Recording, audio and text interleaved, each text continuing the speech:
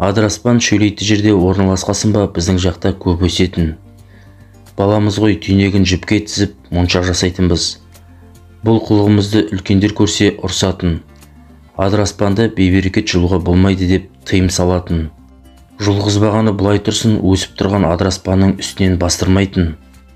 Бала кезде шыбын-шіркейден қорғану үшін де бықыстып адыраспаннан түтіндік салатынбыз. Ондай кезде әжем үнемі адыраспанды маған жұлдыратын. Оның себебі адыраспанды бойы таза, ер адам жұлу керек деп түсіндіретін. Оны жұлар алдында жақсылап дәрет алып, сосын ассалаумағалейкум адыраспан, бізді сізге жіберді Омар Оспан деп келетін тіркестерді айтқызатын.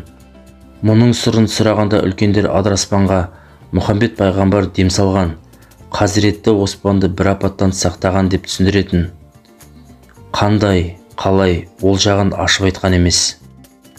Достар, видеоны аяғына дейін көруге кеңес беремін. Видеоны аяғына дейін көрмес бұрын каналға тіркеліп, лайк пен қоңыраушаны басып кетуді ұмытпаңыздар. Сіздің болмашаған әрекетіңіз бізді шабыттандырады. Адыраспан улы өсімдік. Біздің қазақ адыраспанды киелі өсімдік деп біледі. Адыраспанның киесі қасиеті шипалығында. Адыраспан улы өсімдік. Адыраспанның сабағы, жапырағы, тіпті оның түтінінде де шипа бар. Этнограф ғалым Серік Қондыбай өсімдіктер көне заманнан бері адам баласына қызмет етіп келеді. Оны әртүрлі мақсатта ең алдымен бояу жасауға, тері илеуге, сабын қайнатуға және емдеуге пайдаланады. Мәселен, адыраспанның өзіндік иісі бар және мал жеуге жарай бермегенімен кәсіптік маңызы бар. Адыраспаннан көптеген жұқпалы аурулардың кейбіріне қарсы препараттар алынса, ревматизм, тері, қышым ауруларын емдеуге халық ертеден пайдаланып келеді деп жазған болатын. Адыраспанды қайнатып, сол сумен аяқ-қолы сырқыраған адамдар денесін боласа сап тыйылады екен. Бұрындары суық дегенде, денеге бөрткен шыққанда, ұмытшақтық меңдегенде, тіс қақсағанда осы адыраспанның суымен, буымен емдеген. Қазіргі уақытта да адыраспаннан жасалған дәрілерді фармацевтикада қолданып жүр. Мұндай дәрілер қабынуды жазу, зәр айдауды жақсарту, ішек құрттарын өлтіру, қызыл еттің қанауын тежеу, іш ауруын жазуға көмектеседі. Адам ғана емес, адыраспан жан-жануарларға да ем екен. Малдың қотырын бұрын адыраспан қайнатпасымен жуып жазатын, дала жануарлар да дерт меңдегенде адыраспанға аунап жазылатынын үлкендер айтып отыратын. Шариғат не дейді? Адыраспанды көпшілік аластау мақсатында қолданады. Бұрынғылар сәбидің бесігін, сырқат адамды, тіл көз тигендерді, жаңа немесе ескі үйді адыраспанмен аластайтын. Адыраспанмен аластау қайдан шықты? Бұл рәсімді көптеген ғалымдар исламға дейінгі дәстүрлермен түсіндіреді.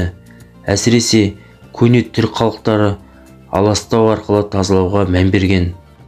Бұл жайлы Гази университетінің профессоры Ибрахим Дилек көне түрік тайпалары мен Сібір халықтары және барлық түрік тілдес халықтар оттың тазалаушылық және аластатушылық қасиеттеріне сенеді. Тазалануы қажет заттың, малдың, тіпті адамның жағылған екі оттың арасынан өткізетіндігі және аластау арқылы тазаланғаны белгілі. Рас, адыраспанмен аластау ел арасында әлі күнге дейін жалғасып келеді. Адыраспанның түтіні улы. Сондықтан оны микробтар мен вирустарға қарсы дезинфекция ретінде қолданады. Адыраспан не үшін киелі?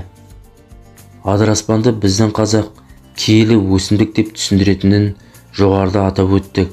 Ол не үшін киелі? Жалпы қазақ дүниетанымындағы кие ұғымы нені білдіреді? Бұған жауапты дін мәселелері жөніндегі ғылыми зерттеу және талдау орталығы шығарған дін саласындағы өзекті мәселелер бойынша 20 сұрақ жауап кітабынан табуға болады.